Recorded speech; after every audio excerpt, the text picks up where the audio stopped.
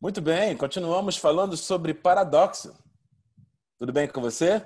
Esse é o Four Connections e o nosso bate-papo continua dentro de um tema que é pertinente, mas inquietante.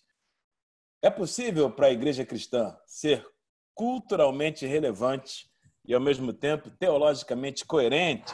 Nós já temos conversado sobre esse assunto em um outro bloco e agora eu e os meus amigos aqui do Four Connections, Sil Farney, César Carvalho e Valmir Delgado, vamos continuar com você conversando sobre esse assunto que já é tema do universo da igreja desde a sua fundação. Muito bem. Se você ainda não se inscreveu no canal do Four Connections, por favor, considere fazer a sua inscrição e, ao mesmo tempo, considere também apertar o seu dedinho nas notificações, no sininho. Isso vai lhe possibilitar receber os nossos materiais, nossos bate-papos, toda vez que alguma coisa nova for publicada. E você pode também, se você gostar do nosso papo, espero que goste, dê a sua curtida aí, dê o seu like e assim, de forma assim bem participativa, você vai nos ajudar.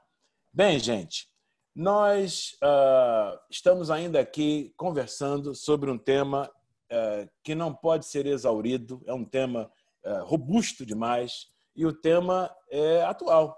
Desde os seus primórdios, a igreja cristã vem tentando responder aos temas da sociedade à sua volta, a fim de não ser omissa, a fim de ser profética, mas tentando, nem sempre conseguindo, mas sempre tentando, manter a coerência teológica, manter a sua solidez bíblica. E nós iniciamos um bloco anterior, ainda sobre esse assunto, lendo o texto que eu faço questão de reler aqui, que é o texto bíblico base para a nossa conversa. É a primeira epístola de Pedro, capítulo 3, verso 15. Antes, santificai a Cristo como Senhor em vossos corações e estejam sempre preparados para responder com mansidão e temor a qualquer que vos pedir a razão da esperança que há em vós. Meus amigos, Sil Farney, César Carvalho e Valmir Delgado, tudo bem com vocês? Sil Farney, vamos continuar digladiando o paradoxo com a graça de Deus e com muita humildade. Tudo bem, meu querido? Olá, meu amigo Sérgio, que bom estarmos de volta aqui. Vamos continuar esse papo, tá bom demais. Quero insistir mais uma vez, como você já pediu, que você que está nos assistindo, compartilhe. Vamos estar juntos nessa conversa agradável demais com nossos amigos. César Carvalho, aí do Brasil, do Rio de Janeiro. Existe paradoxo debaixo do Equador? Parece que nesses últimos tempos só existe isso. Só existe paradoxo. Não existe outra coisa além de paradoxo. Mas o Rio de Janeiro continua lindo, né, César? Paradoxalmente lindo. Paradoxal. Né? Porque o Rio de Janeiro é uma cidade partida, uma cidade isso já foi uma expressão cunhada já no passado, uma cidade partida, com tanta possibilidade, tanta beleza e tanta feiura convivendo simultaneamente. Esse é um grande paradoxo do Rio de Janeiro. E por que não dizer do Brasil, um país riquíssimo de pessoas pobríssimas. Meu amigo Valmir Delgado, existe paradoxo acima do Equador? Em Nova York, no Nordeste dos Estados Unidos? Tudo bem com você? Tudo bem, Sérgio, tudo bem. Como em qualquer outra parte do mundo, debaixo dos céus, na Terra, há paradoxos demais aqui, com certeza. Estamos bem, estamos tranquilos, mesmo convivendo com tantos paradoxos. A nossa vida em si é uma vida paradoxalmente paradoxa. Ixi. Olha, então, já que você está aí insistindo no paradoxo, no termo, a palavra paradoxo, vamos começar por ela? Boa. Paradoxo aponta para uma aparente falta de lógica ou uma contradição. O termo vem do latim paradoxum e do grego paradoxos, onde o prefixo para denota oposição, alternativa, contrariedade. E o sufixo doxa aponta para opinião, proposição, posicionamento. Então, um paradoxo é, na verdade, uma colisão de propostas, né? Quando as propostas se encontram mas não se afinam. É sobre isso que a gente está falando aqui. E num outro bloco, nós, com muita humildade, mas com muita honestidade, tentamos traçar uma linha na história do tempo, apontando como a igreja cristã vem lidando com essa necessidade de responder, como Pedro mesmo orientou, aos que pedem a razão da esperança que é em nós, mas responder de maneira coerente, elegendo Cristo como Senhor e usando de mansidão, de empatia, né, de compaixão, enquanto mantemos ou procuramos manter coerência teológica. Muito bem. Bom, eu queria introduzir aqui, meus queridos, um personagem na história da igreja que, a mim, particularmente, me é extremamente caro, admirável. Não é perfeito, claro, como ninguém é, mas é considerado por muitos como talvez o maior teólogo do século XX, Karl Barth. Por que Karl Barth? Porque quando o liberalismo teológico, a partir do final do século XVIII e século XIX, pareceu construir, não é? Desde Schleiermacher, que é o pai da teologia moderna, e toda aquela produção na Alemanha, né? Envolvendo Adolf von Harnack enfim, toda aquela turma que produziu o que hoje nós chamamos de teologia liberal. Agora, observem, é importante notar isso. Esses irmãos não eram levianos, porque hoje, no século XXI, a gente pode correr o risco de cunhar e estigmatizar essa turma como levianos, carnais. Eram irmãos brilhantes e seriamente preocupados em salvar a igreja do carimbo da irrelevância. Ora, racionalismo, niilismo, a igreja continua falando em milagres, vamos tentar mostrar que a igreja não é tão antiquada e obsoleta assim, mas eram sinceros e honestos. Bem, Karl Barth vai aparecer no horizonte. Ele é filho de pastor, né? Seu pai era um pastor na Suíça, e Karl Barth também foi ordenado ao pastorado pelo seu próprio pai. Nasceu no final do século XIX, em 1886, e morreu no século XX, 1968, é quase bem mais perto. Eu gosto de Karl Barth porque ele está muito mais próximo de nós do que alguns expoentes mais remotos. E o que me chama a atenção em Karl Barth é que ele vai na contramão. Enquanto a teologia alemã está dizendo, e europeia está dizendo que a igreja tem que ser relevante, ainda que a custo dos postulados mais caros da fé cristã. Milagres, a divindade de Jesus, a inerrância das escrituras.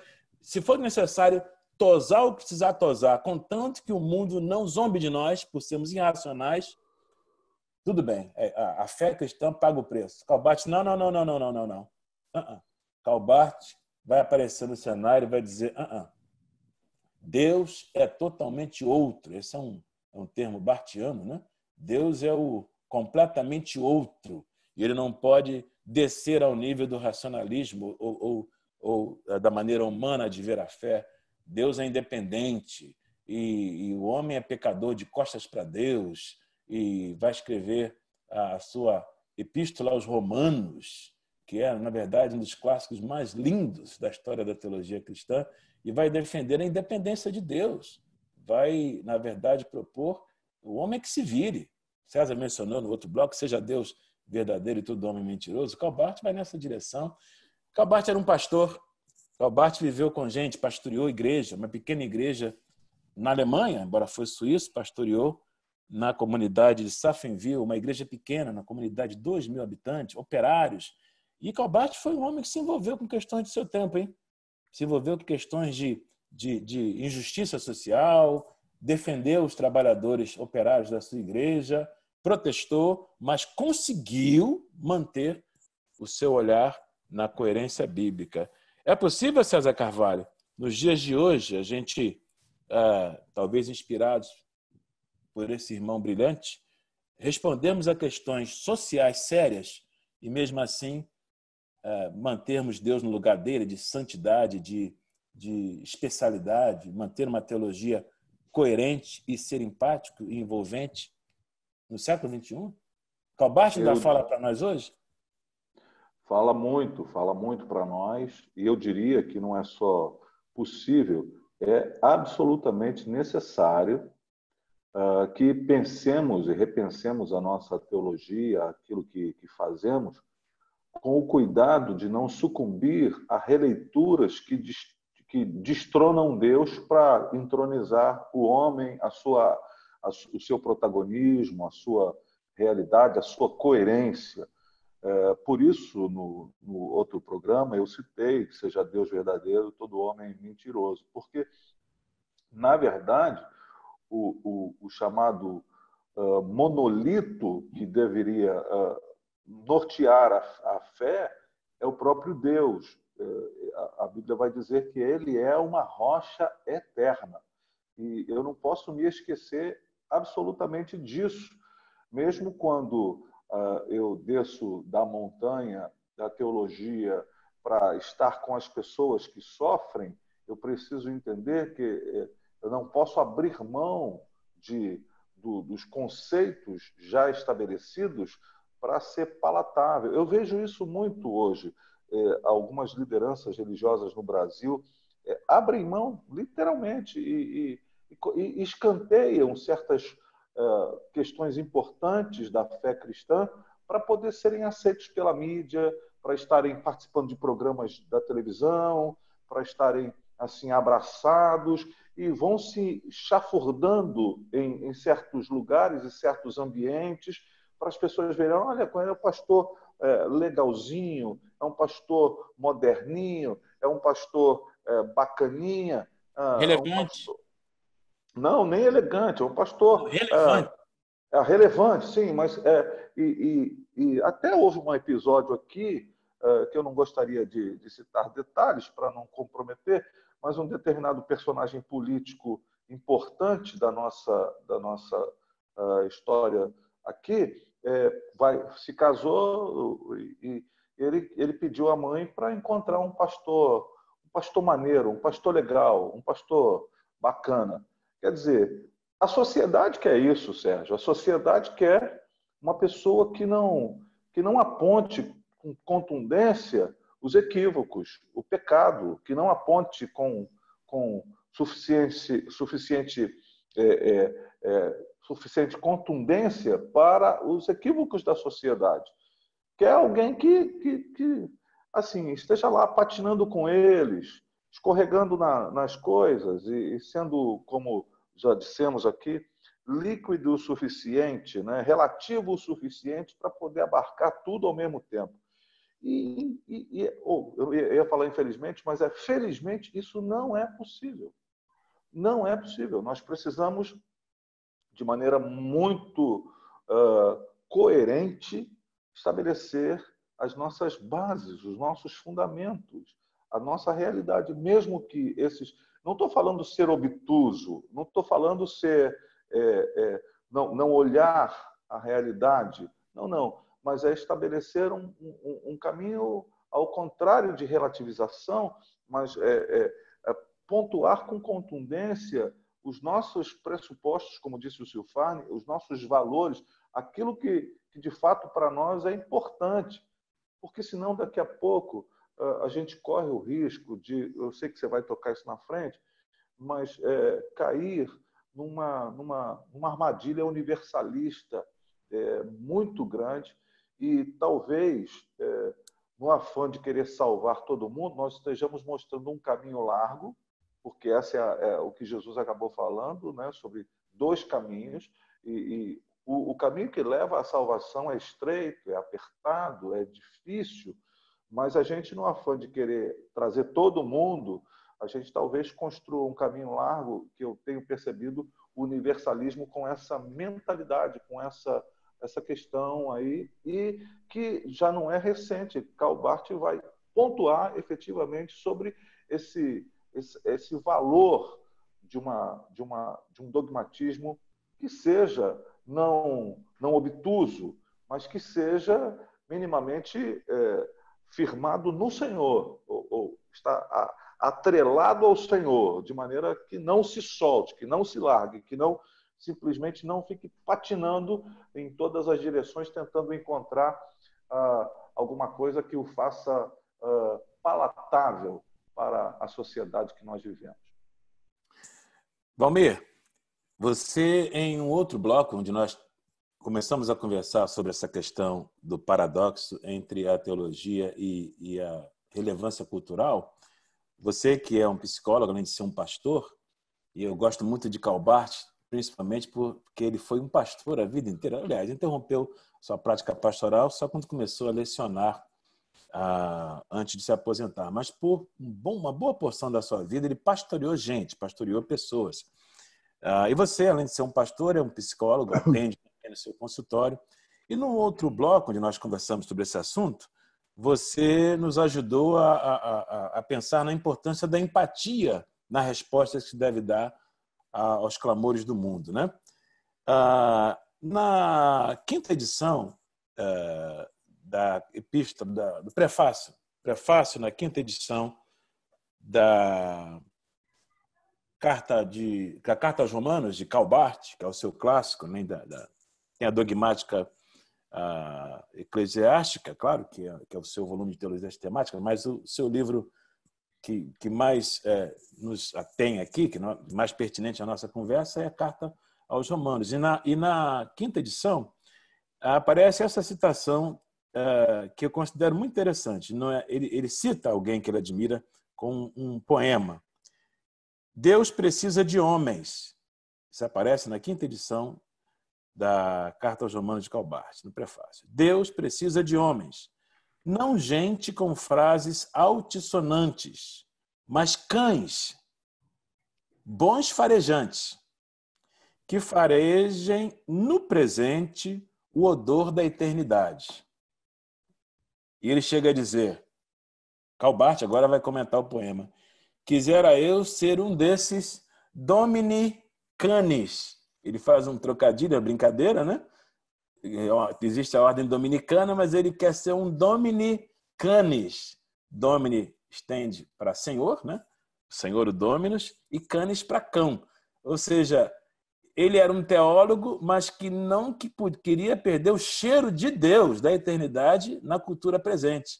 Porque ele fala, Deus não precisa de homens que falam bonitos, teólogos sofisticados, mas de cachorros. Eu quero ser um cachorro assim, que enquanto produz teologia, não perde o cheiro da eternidade. Como é que a gente consegue, no nosso tempo hoje, responder à nossa cultura sem perder o cheiro da eternidade? Eu não estou querendo que você dê a resposta, porque acho que ninguém tem para ela, mas só a sua posição nisso daí.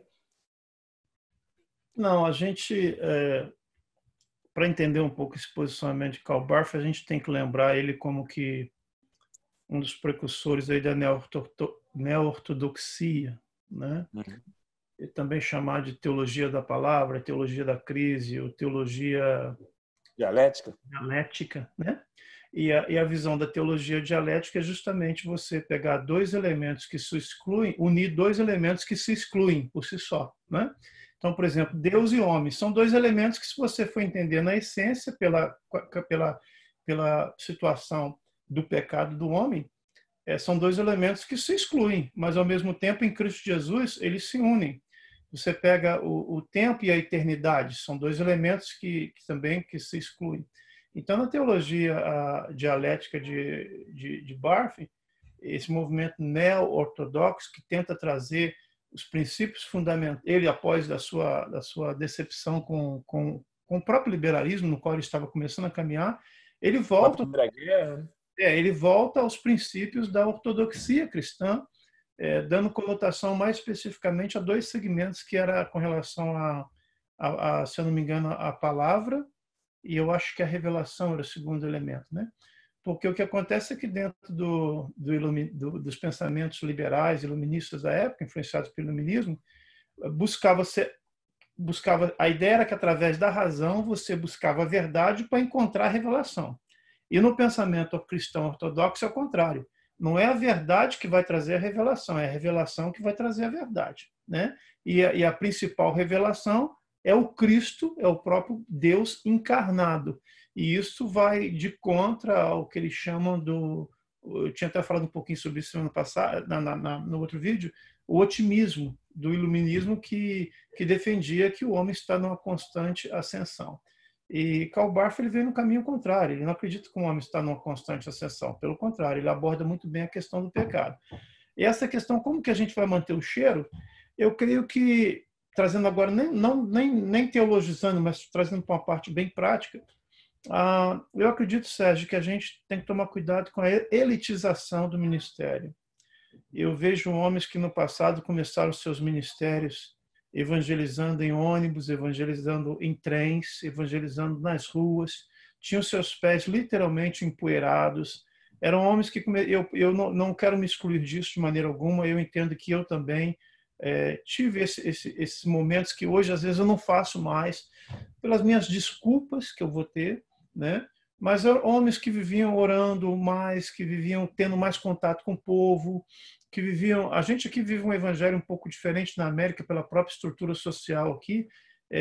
Não sei como está o Brasil hoje, mas quando eu me converti, quando eu comecei a caminhar no ministério, eu era aquele presbítero, eu era aquele diácono, eu era aquele pastor que ia nas casas dos membros, que fazia visita, que orava. E hoje, se a gente não tomar cuidado, os nossos pastores estão se tornando pastores muito de púlpitos, pulpitanianos, se é a palavra, né? São pastores com uma eloquência muito boa, com uma racionalidade muito boa, mas que estão perdendo o cheiro de ovelha. Tem pastores hoje que já não fazem mais um funeral na sua igreja, porque ele manda o ajudante fazer. Ele já não visita mais um membro quando a ovelha nasce uma criança. E a grande desculpa, principalmente daqueles que têm igreja muito grande, mas eu tenho muitos membros, eu não dou tempo de atender tudo isso. Olha, eu vou ser sincero. Se eu tivesse que escolher entre ter uma igreja grande, numerosa, mas ter que abrir mão dessas coisas, eu preferia ter uma igreja pequena do que abrir mão de ter contato e ter cheiro de ovelha nesses momentos cruciais. Já tem pastores hoje que nem batizam. Eles não sentem necessidade de batizar mais ovelha. E eu não estou dizendo a questão de você querer honrar outros pastores, outros líderes que estão debaixo de você e dar oportunidade, às vezes foram até eles que ganharam a pessoa para Jesus, mas são pastores que vão se excluindo daquelas coisas ministeriais que, por mais que pareçam pequenas, para mim são essenciais. Você batizar uma ovelha, você visitar um irmão que está enfermo no hospital, você ir na casa do irmão que está doente. Aí você pode falar assim, mas um pastor que tem uma igreja com 500, com 600 membros, ele não vai ter condição de fazer isso com todo mundo, e se ele fizer com alguns, ele corre o risco de ser acusado de segregação, de estar escolhendo algumas pessoas e outros não. Olha, eu prefiro até correr esse risco do que correr o risco de perder o cheiro da ovelha. Então, eu acredito que a elitização é perigosa. Nós temos pastores hoje que estão se transformando em especialistas em mídia, especialistas em live, especialistas... Nada contra isso, nada contra pastores serem escritores, inclusive aqui vocês três já são. Eu pretendo lançar um livro assim que eu tiver um tempo, já tenho alguns materiais prontos, semi-preparados. Mas o que eu quero dizer é o seguinte, nós precisamos manter o cheiro. E como que é manter o cheiro? Vamos trazer o exemplo aqui de um cozinheiro, né? Um chefe de cozinha que no início ele foi preparando as suas receitas e o cheiro dele era cheiro de alho, era cheiro de tempero. O restaurante cresce tanto que ele coloca tantos ajudantes e agora ele só fica nas mesas, dando tchauzinho para o cliente, mas ele nem entra mais na cozinha, ou quando entra, só entra para checar. Ele já não tem mais o cheiro de tempero.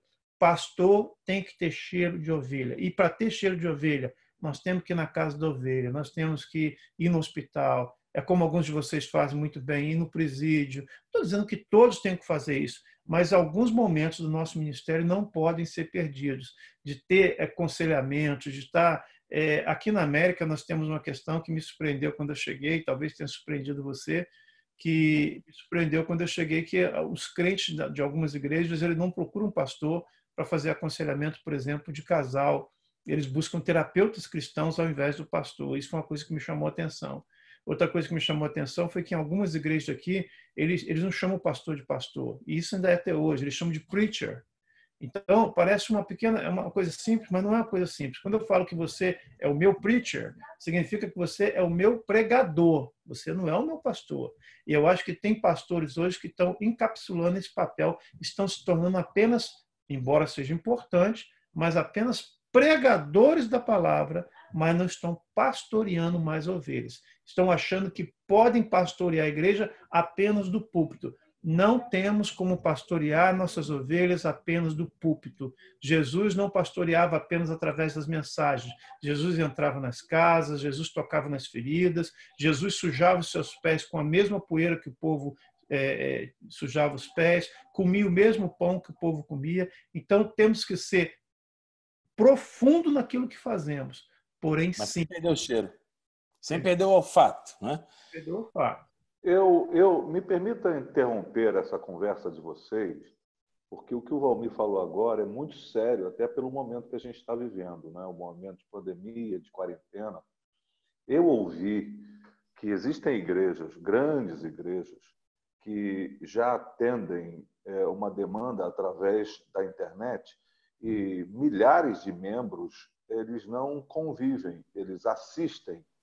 E aí nós estamos vivendo esse momento de sedução, de produzir alguma coisa tão boa que pessoas que estejam a quilômetros de nós queiram ouvir o que a gente tem a dizer, mas não convivam com a nossa verdade, não convivam com o nosso cotidiano, não convivam com o nosso dia a dia. E isso está se transformando, por conta desse momento pandêmico de igrejas, de templos fechados e cultos online constantemente. Algumas pessoas estão tendo um êxito grande, algumas igrejas estão dizendo isso.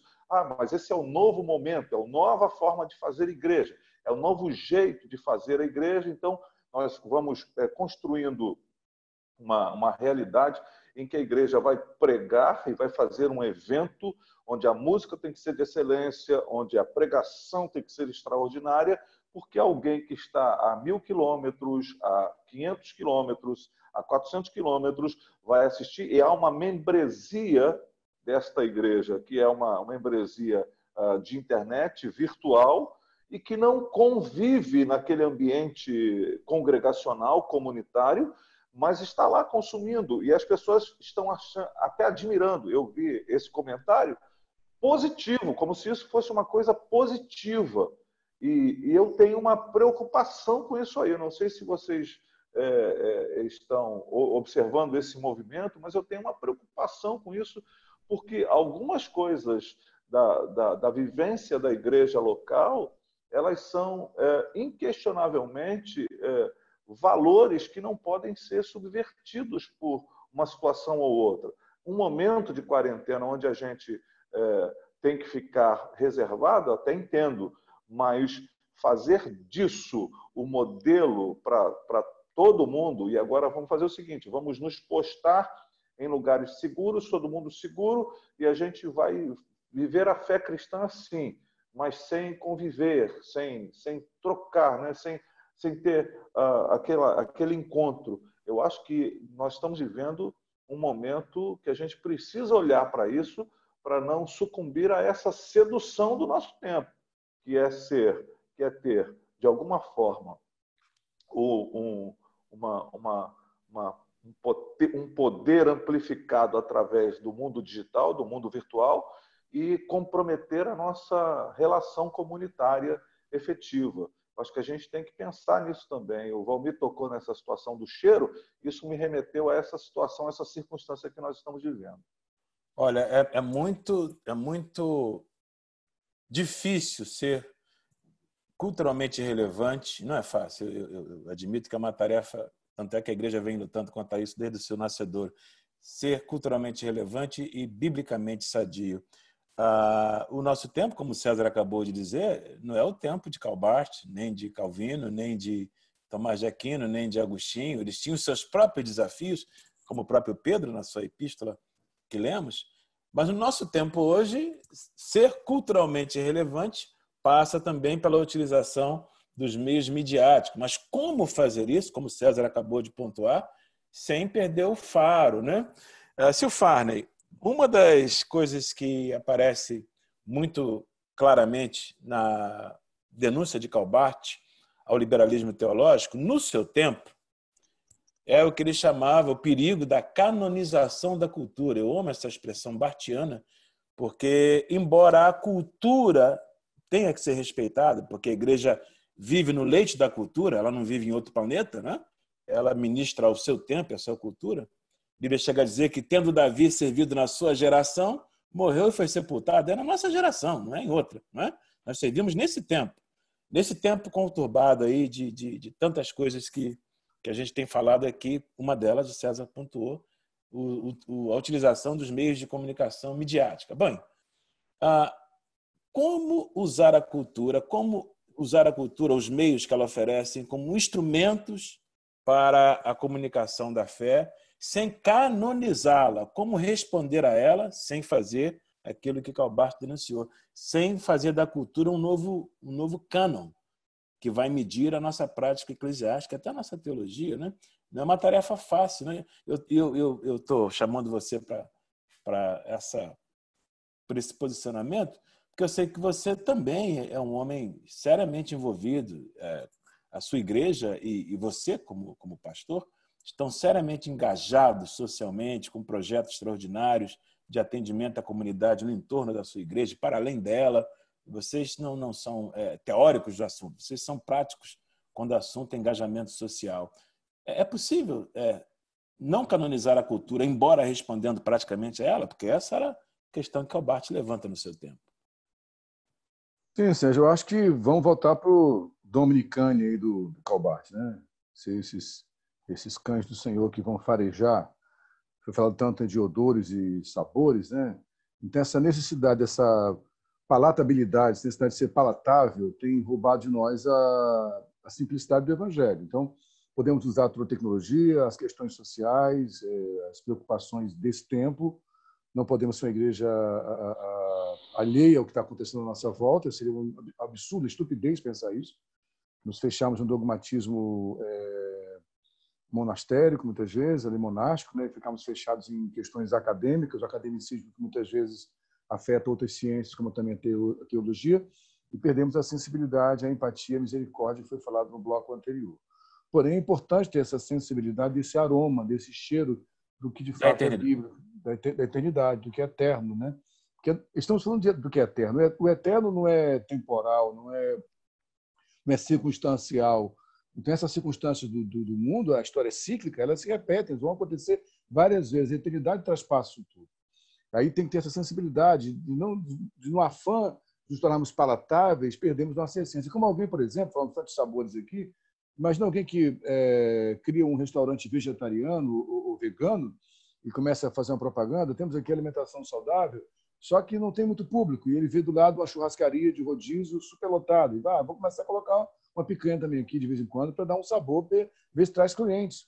Esse é o desespero que muitas vezes enfrentamos. Para poder sermos palatáveis, nós perdemos a nossa proposta inicial. E nós enganamos, digamos assim, entre aspas, o nosso cliente, né? Na expressão do século de hoje.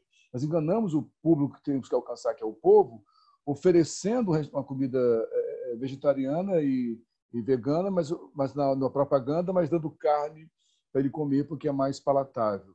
Então, alguém disse uma certa vez que ser evangélico, melhor, ser cristocêntrico, em algum momento, a pregação genuinamente cristocêntrica vai conspirar contra o modelo evangélico de hoje. Não tem como. É um tiro no pé, muitas vezes. Mas esse é o preço a ser pago. Quando citou aí o Calbart, né, que a gente foi no bate-papo inicial aqui nas coxias, nos bastidores, falávamos também do Dietrich Bonhoeffer, né, que foi muito influenciado por ele, eles tiveram a coragem de se opor ao nazismo, que era apresentado por Hitler como uma pregação cristã, né, moralista, uma pregação de uma mensagem muito de moral, de conservar a família, e por trás daquela hipocrisia havia a desumanidade, a perversidade, a crueldade. Então, eu penso assim, nós temos que pregar uma mensagem bíblica, ainda que paguemos um preço caro por isso. E temos que ter esse cheiro, né? Sermos os dominicanos aí do Calbart, para farejarmos o que é eterno na nossa pregação. Repito, essa busca pela palatabilidade pode roubar de nós o que de fato estamos oferecendo ao povo, que é o evangelho integral, a pregação bíblica e cristocêntrica. Isso é um desafio muito grande.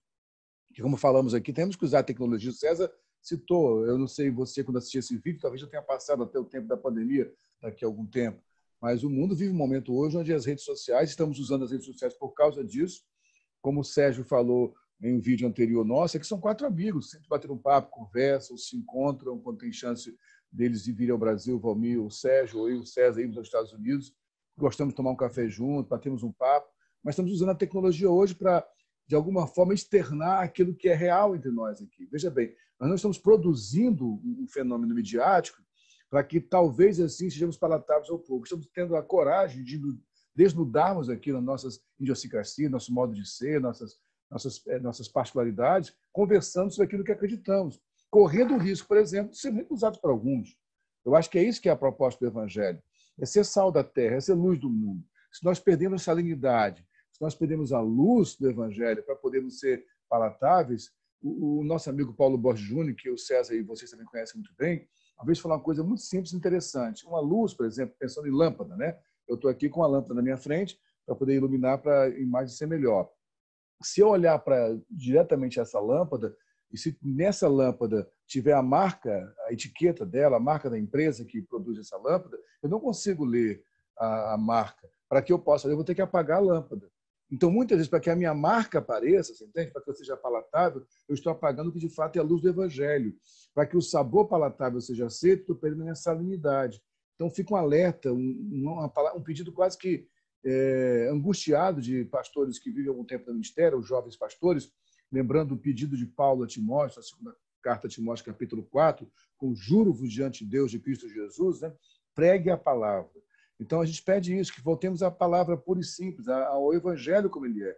Mesmo que isso custe perder seguidores no YouTube, ou no Facebook, ou no Instagram, ou no Twitter, mesmo que isso custe perder membresia, como o Valmir disse muito bem, precisamos voltar a ter cheiro de ovelha, mesmo que isso afaste alguns de nós. Para isso, encerrando a minha fala aqui, como disse, citando mais uma vez meu amigo Paulo Borges Júnior, vamos alimentar ovelhas, dando alimento de ovelha. Bode come comida de ovelha. Ovelha não come comida de bode. Se os bodes se aproximarem, vão comer comida de ovelha. Os alimento bíblico, que tenha sabor de evangelho e de eternidade, mesmo que isso custe perder nossa popularidade. É o que eu penso realmente, meus amigos. Muito bem, sem dúvida alguma, o desafio é perene e agora é nosso, né? Manter a coerência bíblica e teológica e, ainda assim, conservar ou preservar a nossa relevância cultural. É o paradoxo de sempre e nós não temos como escapar dele. Bom, Karl Barth, meus queridos, nesse particular é admirável, ao meu ver. Não foi perfeito, alguns acusam Karl Barth de ter se tornado em algum momento universalista na sua maneira de encarar a eleição. Ele achava que Deus rejeitou a todos em Jesus, na cruz. Jesus é rejeitado porque Deus nele rejeita toda a humanidade. E depois Deus aceita a todos na ressurreição de Jesus. Por isso alguns vão dizer que Karl Barth era universalista, mas esse é um assunto para um outro bate-papo. Seja como for, Karl Barth não era um teólogo frio, um teólogo insensível. Ele foi um homem engajado com o seu tempo. Já no início da sua carreira, Karl Barth se escandalizou com alguns teólogos liberais que assinaram um documento apoiando o Kaiser da Alemanha, antes da Primeira Guerra Mundial, na sua política armamentista. Karl Barth percebeu que esse movimento de alguns teólogos da Europa, ou sobretudo na Alemanha, foi responsável, de certa forma, pelo advento da Primeira Guerra Mundial.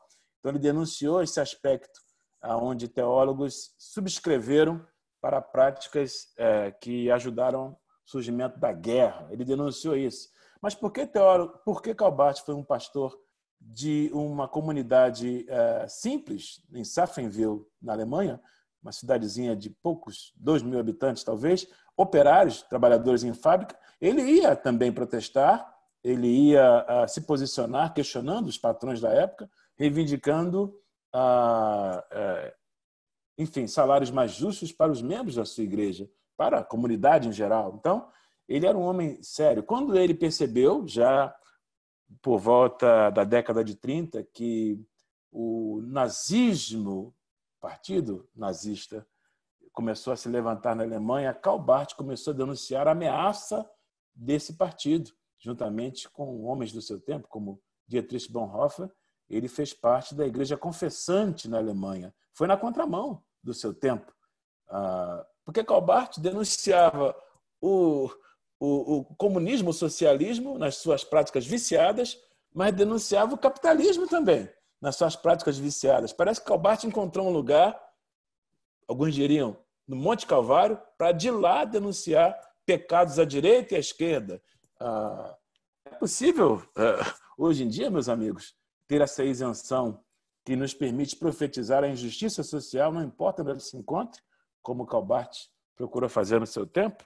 Valmir, meu querido, é possível ser politicamente engajado, mas não ser contaminado pelos vícios políticos do nosso tempo?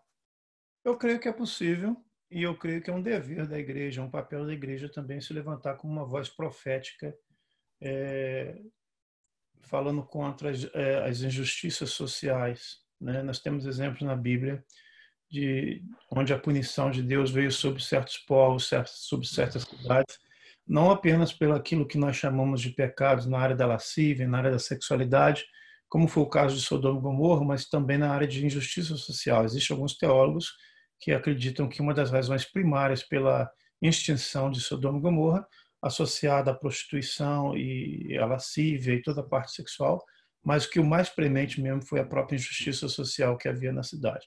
Nós não temos como ser uma igreja, pelo menos eu creio que não temos como ser uma igreja atuante, pregando o verdadeiro evangelho, com os nossos olhos fechados às injustiças sociais.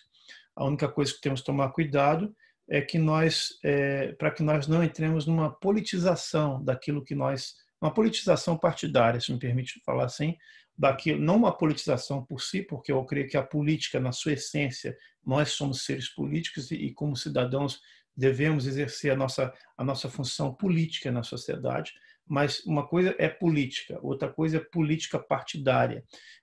Principalmente os líderes evangélicos, os líderes, os pastores, têm que levantar assim uma voz profética para denunciar quaisquer tipos de injustiça social que existem até mesmo dentro das nossas próprias igrejas, porém não com vínculo de política partidária, mas com vínculo profético sacerdotal. Eu acho que existe uma diferença, né? A igreja e os pastores, nós temos que sim ter uma voz sacerdotal, uma voz profética, porque isso nenhum político vai ter. Tá? Existe uma diferença entre você ser um político, e não estou aqui desmerecendo os políticos de forma nenhuma, têm os seus papéis na sociedade, e primamos e oramos para que cada vez tenhamos mais políticos capazes e sinceros governando nossos países e as nações. Mas um político, ele nunca vai conseguir ter uma voz, não digo nunca, mas não faz parte da essência dele como político ser uma voz profética ou sacerdotal. Já nós, sim. Então, eu creio que sim, Sérgio, eu creio que é importante. Agora, é um grande desafio a gente saber como fazer isso, porque senão a gente pode cair na sedução, conforme eu estou falando aqui, de nos tornarmos partidários, e aí a nossa própria mensagem pode ser comprometida por aqueles que são do outro polo, de um outro segmento partidário. Pulverizada, claro. Sim, porque aí passa a ser uma coisa partidária, e toda vez que temos a palavra partidária, por trás dela vem o interesse por trás disso. E o nosso interesse tem que ser simplesmente, genuinamente, o interesse do reino de Deus. Mas temos que ser, sim, uma igreja que se preocupa com o social, que se preocupa com o que está acontecendo com as injustiças sociais, inclusive estamos atentos para até onde nós próprios não estamos contribuindo como igreja para ou fomentando como igreja a existência de algum tipo de injustiça social, como foi a história da igreja nos mostra no passado, onde a própria igreja, às vezes, praticava injustiças sociais muito tristes e relevantes na sociedade. Muito bem. César, meu querido irmão, Calbart fez apenas, eu diria apenas com todo respeito, porque eu estou falando aqui, talvez do maior teólogo do século XX, mas sabe-se que Calbart teve apenas um bacharel em teologia, ele não se doutorou academicamente, mas colecionou 11 títulos de doutor honoris, né, títulos honorários de doutorado. Perdeu alguns deles. Com a ascensão do nazismo, ele teve que voltar para a Suíça, porque denunciou o nazismo, e na Suíça ele morreu. O que a gente está disposto a perder, César? Calbart perdeu alguns doutorados, foi obrigado a se aposentar compulsoriamente, teve que deixar o seu seu emprego público de professor na Alemanha e voltar para a Suíça. O que a gente está disposto a perder nessa proposta de sermos consistentes com o nosso chamado cristão e a nossa pretensão de sermos teologicamente consistentes? Estamos dispostos a perder o quê? Sérgio, claro que essa é uma pergunta abrangente, nós estamos finalizando esse momento, esse bloco agora, esse programa, mas eu diria o seguinte, para responder a isso eu preciso retomar a proposta do Cristo para nós. Qual é a proposta? Qual foi a proposta que ele lançou sobre seus discípulos? Qual foi a proposta que ele fez para cada um e atingindo a cada um de nós hoje também, em pleno século XXI? Ele deixou muito claro: quem quiser vir após mim, negue-se a si mesmo, tome a sua cruz e siga-me. Um genuíno pastor, se ele não estiver disposto a morrer, num sentido não de uma morte física, como no lugar de alguém, como o Cristo morreu e pagou o pecado, o nosso pecado, mas morrer num estilo de vida que a gente entenda ser um estilo de vida que agrade as pessoas. Em certos tempos, em certos termos, eu acho que nós precisamos ser um tanto desagradáveis.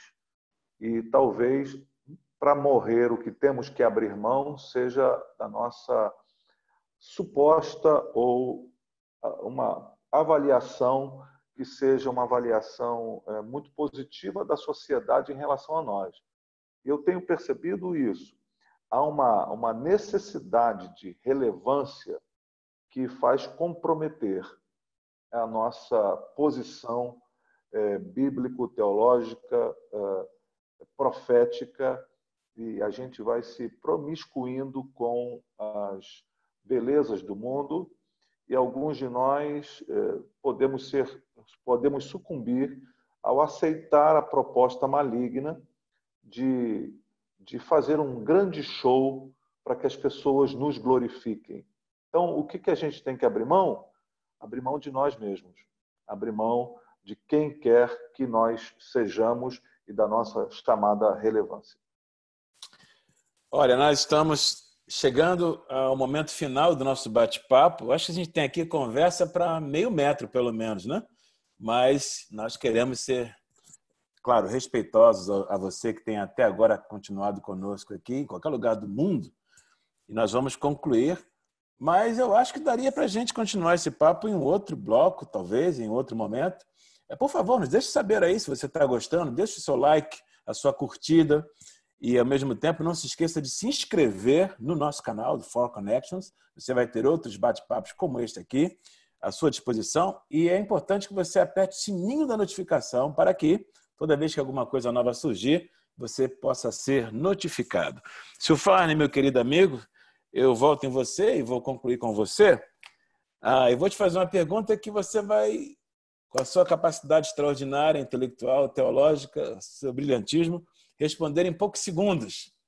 Diga o que você percebe no arraial, no universo teológico brasileiro. Nós falamos em teologias, né, que explodem a partir do liberalismo teológico. Você pode, em talvez alguns segundos, resumir todas as teologias que você percebe no Brasil hoje, da libertação, da prosperidade, da confissão positiva.